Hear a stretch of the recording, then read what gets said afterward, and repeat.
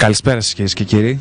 Είμαι ο Βίκτορας Δημουλής και σας καλωσορίζω στο τελευταίο Green Stories για το 2012, την περιβαλλοντική εκπομπή του Corfu Channel, η οποία προβαλόταν και θα προβάλλεται και το νέο έτος κάθε Κυριακή 3:30 το μεσημέρι.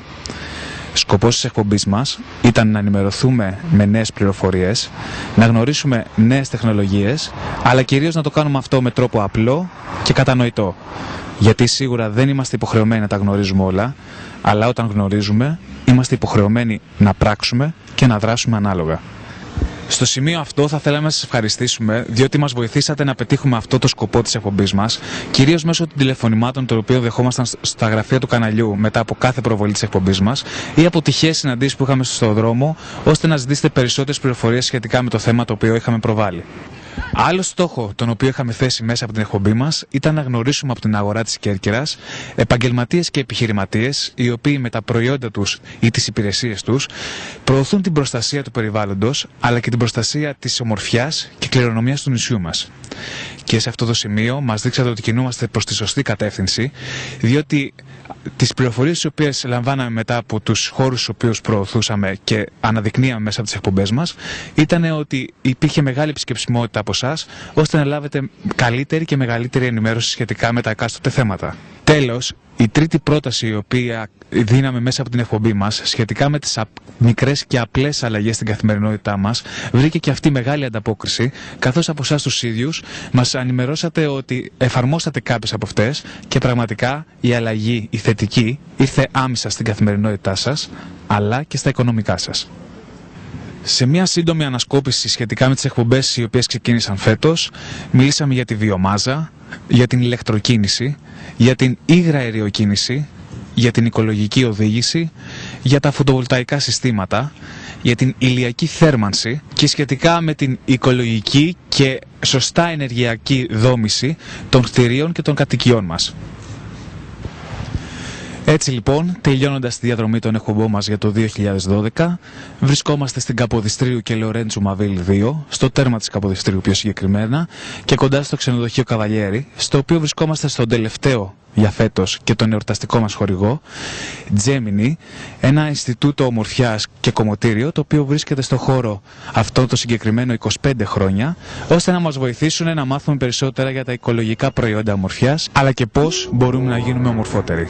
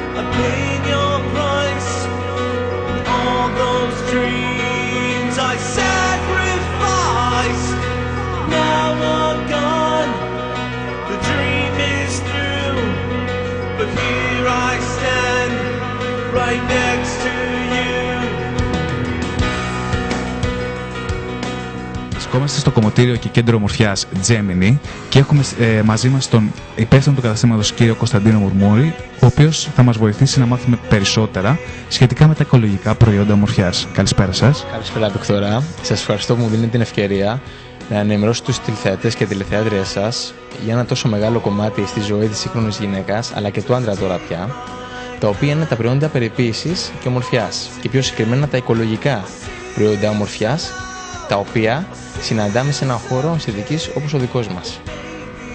Εμείς σας ευχαριστούμε για την ευκαιρία και σαν τελευταίο κομμάτι που έχουμε διαλέξει για την τελευταία μας εκπομπή, πιστεύω ότι θα βοηθήσει πάρα πολύ σε αυτές τις δύσκολες αποφάσεις τι να αποφασίσουμε για την αισθητική μας, και κάθε γυναίκα αλλά και κάθε άντρας χρειάζεται να νιώθει όμορφος και εξωτερικά αλλά και εσωτερικά.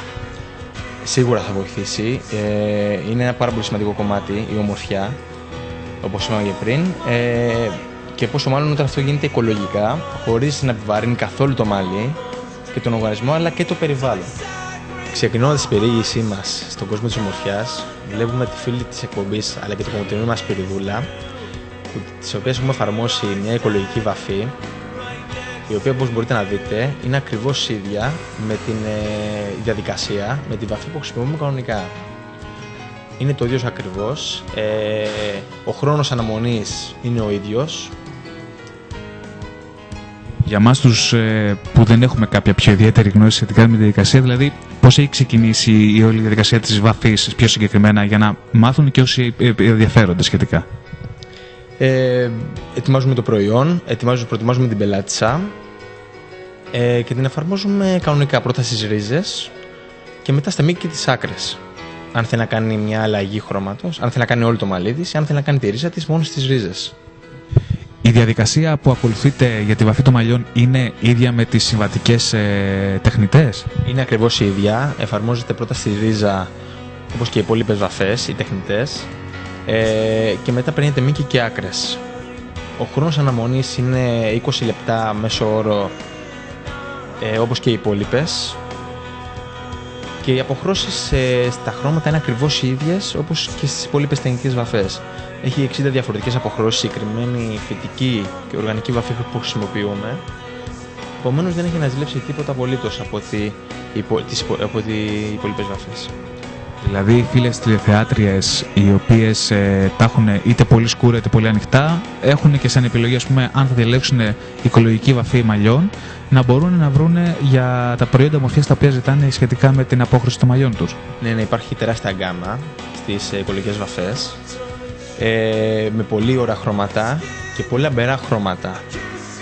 Λόγω που έχουν χυλίσματα από φυτικά έλαια διάφορα, αυτό τις κάνει ακόμα περισσότερο λαμπερές από τις υπόλοιπες βαφές συνήθως. Θα μας πείτε λίγο έτσι επιγραμματικά τα στάδια για να βάψει κάποιος τα μαλλιά του? Γιατί πια μπορεί να ενδιαφέρει και κάποιους άντρες μια συγκεκριμένη διαδικασία. Τα στάδια είναι ως εξής. Προετοιμάζουμε την πελάτηση για τη βαφή ή τον πελάτη. Εφαρμόζουμε ένα προϊόν προστατευτικό στο δέρμα ώστε να μην λερωθεί. Και από εκεί και πέρα περνάμε ρίζες, μήκη και μετά άκρες στα μαλλιά. Μας έχετε αναφέρει ότι είναι γύρω στο 20 λεπτό, δηλαδή το πρώτο στάδιο. Η συνέχεια από αυτή τη διαδικασία? Η συνέχεια από τη διαδικασία είναι. Καταρχήν μπορούμε να επιβραδύνουμε το χρόνο αναμονής με διάφορους τρόπους.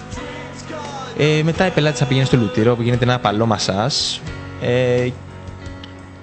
Ξεβγάζουμε, δίνουμε το χρώμα με μια μάσκα, αν το θέλει η πελάτησα.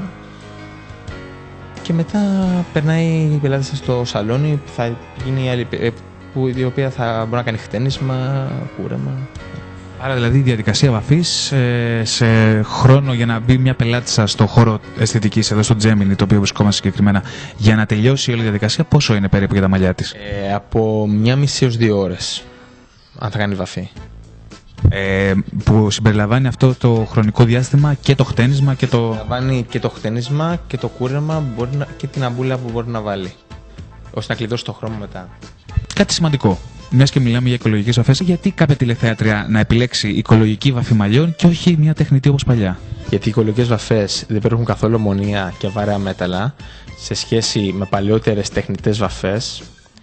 Είναι πολύ φιλικές στον τρόπο παρασκευής τους και είναι η ασφαλέστερη λύση για εγκυμονούσες και θηλαίωσες γυναίκες.